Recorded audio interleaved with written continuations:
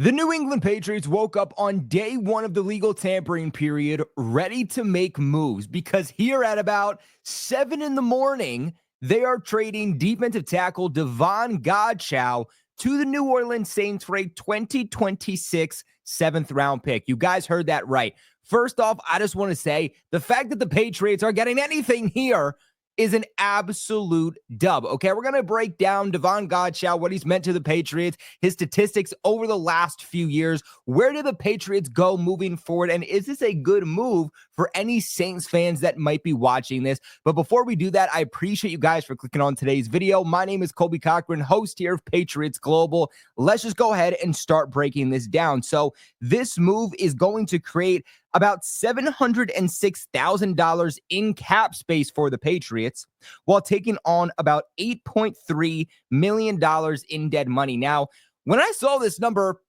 I was a little bit confused. I'm still a little bit confused, but this coming from Adam Schefter, I do believe the words that this man says. But looking at Davon Godchaux's contract, according to Over the Cap, who is a very, very reliable source, they are stating that Davon Godchaux, who signed for 2025 and 2026, he got that contract extension during training camp last offseason, cap number of $5 million for 2025, $8.5 million for 2026.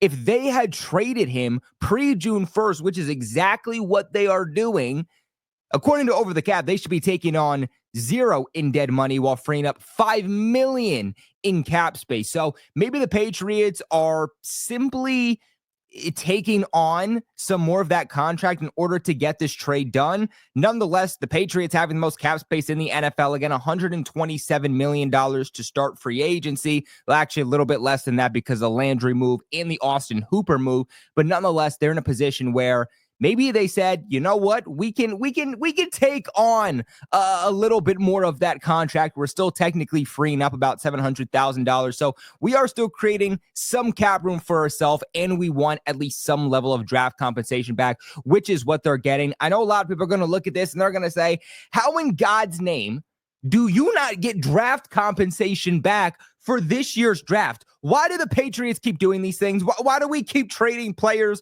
for the following year's draft and not this year's draft? Don't we want to get better now? Well, the reason for that is the fact that Davon Godchaux simply wasn't good. Davon Godchaux was always a very, very good locker room guy, set the tone.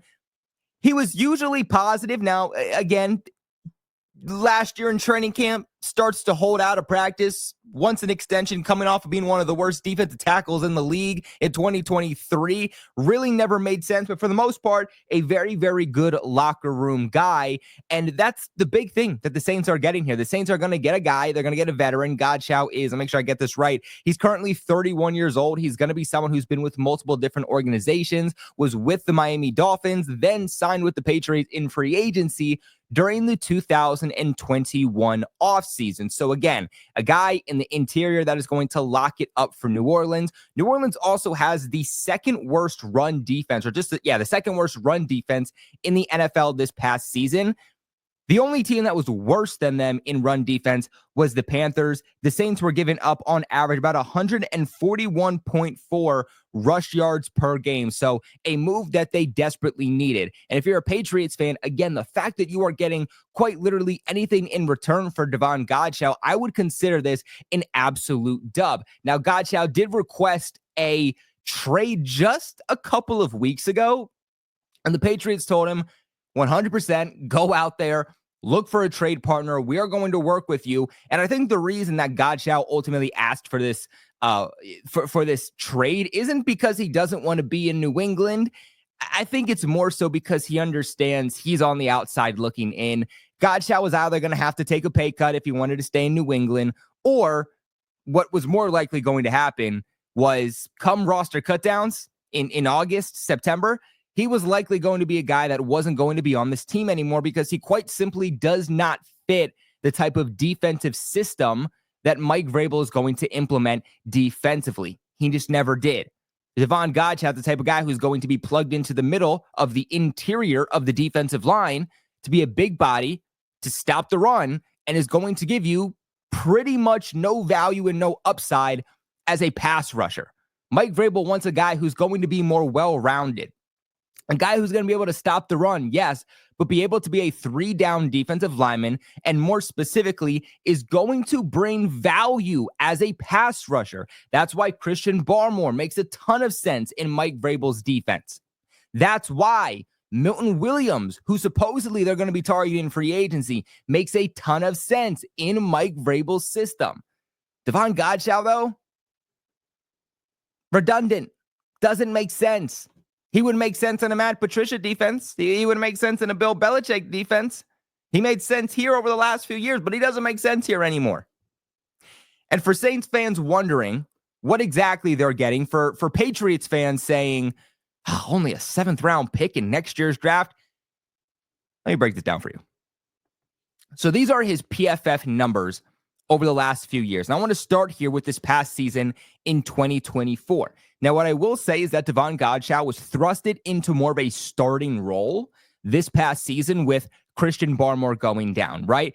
Realistically, Davon Godchaux is a number 2, number 3, a rotational guy who plays in very early, very obvious running situations. He had to play significantly more because the Patriots just had no interior defensive lineman. Christian Barmore goes down. Daniel Quale's going down. The Patriots are having turnover on their roster on that defensive line all year long. Davon Godchaux quickly becomes your number 1 interior defender. Despite this, he actually still played somewhat better this past season than he did in 2023. But overall grade this past season, according to PFF, of 51.6. That was 138th out of a qualifying 219 defensive tackles. His pass rush grade was 55.8. That was ranked 152nd out of a qualifying 219 defensive tackles. And his run defensive grade, was 48, which ranked 135th out of a qualifying 219 interior defenders. He had a total of 48 solo tackles that ranked 3rd amongst 219 qualifying defensive tackles, 0 sacks, 0 forced fumbles, 19 total assisted tackles. He had 35 total stops that ranked 9th in the NFL. He had 5 total hurries that ranked 117th in the NFL, 1 quarterback hit, 6 total pressures, 1 batted pass. Again, you can clearly see, look at the amount of snaps that he played total. He played 680 snaps total on the defensive side of the football. And yet this guy still was not able to get to the quarterback in the slightest. You go back, though, and you look at 2023, because, Saints fans, even some Patriots fans, you might be saying, well, maybe he just had a bad year. Maybe he was thrusted into a role that realistically he shouldn't have been in. No, it was even worse in 2023, a season in which Bill Belichick was still here. So you can't say, well, Davon Godchaux, he just sucked because it was DeMarcus Covington and Jerod Mayo. No, even when Belichick was here, he still wasn't very good. In 2023, had an overall grade of 50.2, which was 147th out of a qualifying 215 defensive tackles. His pass rush grade was 50, which was 203rd out of 215 defensive tackles. Run defensive grade was 51.6. That was 119th out of 215 defensive tackles. Now, again, despite how rough 2023 was, Davon Godchaux really went into that offseason after how he just played in 2023 and said, you know what? I deserve a damn extension. I'm going to stop practicing until I get one. Was one of the worst defensive tackles. One of the worst defensive tackles, according to PFF that season. And really thought, you know what? Yeah, I kind of ate.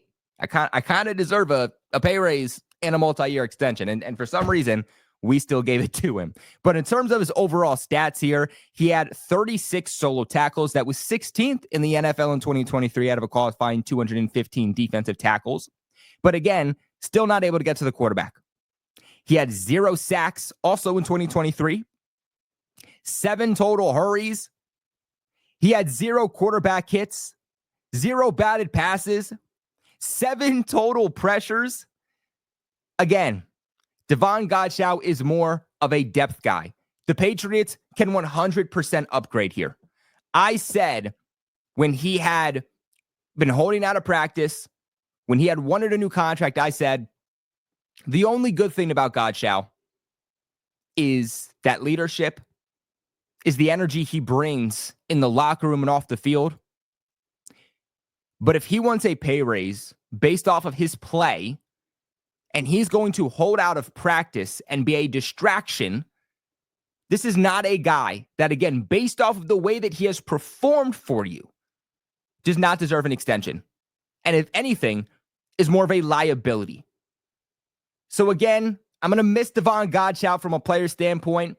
Brought the energy, had a YouTube channel. It was fun to watch. It was fun to listen to. And when I say fun to watch, I meant his YouTube channel. Wasn't very fun to watch on any given week on the actual football field. So you know what? The Patriots are flushing out players that don't make sense. They're trying to upgrade not just with their starters, but also with their backups. And the fact that they are getting anything for Davon Godchaux, to me, is an absolute dub. Kind of ragged on the guy here. Kind of ragged on the guy here over the last 10 minutes, but I truly do wish the best for him with New Orleans. I hope that they're able to get something out of him that the Patriots weren't. But again, realistically, this is a guy that is more so a situational run-stopping defensive tackle that plugs the middle. He is not a DT1. He's not a DT2. He's not a guy that should regular be in your rotation. But this is where I kick it to you guys. What are your thoughts about Davon Godchaux being traded to the New Orleans Saints for a 2026 7th-round pick? You guys let me know in the comment section below. Make sure to leave a big like on this video and subscribe to the channel for all of your New England Patriots news, thoughts, reactions, and breakdowns. We are going to have you guys covered for every single move that happens here in free agency. I mean, again, this move happened here at 7 in the morning. First day of the legal tampering period. It's about to get crazy. So make sure you guys subscribe, hit that bell notification so that you get notified every single time I post and every single time I go live. But until next time, go Pats.